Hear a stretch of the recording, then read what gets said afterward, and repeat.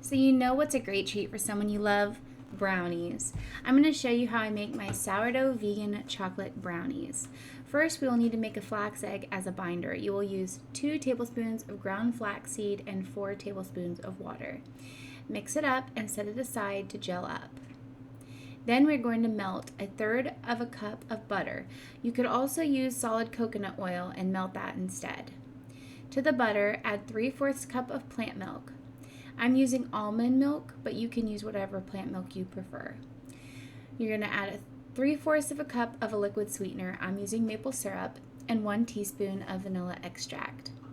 To a separate bowl, we will sift in a cup of all-purpose flour, 1/2 cup of cocoa powder, 1/4 teaspoon of baking powder, and then add in 1/4 teaspoon of salt.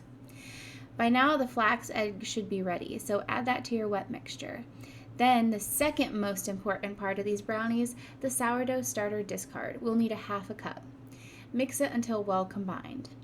Now we add our wet to our dry mix. Stir it together and it should look slightly thicker than a cake batter. Preheat your oven to 350 degrees Fahrenheit. Now the first most important part, the chocolate.